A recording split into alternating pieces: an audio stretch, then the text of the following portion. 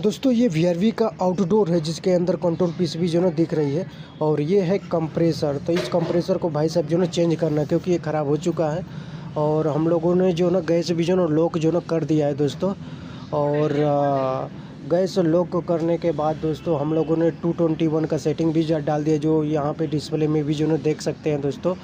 और ये गैस जो ना निकल भी रही है क्योंकि जो जितना भी आउटडोर में जो गैस रहेगा ना वो सब जो ना गैस निकल जाएगा। और इंडोर का गैस जो है ना भाई साहब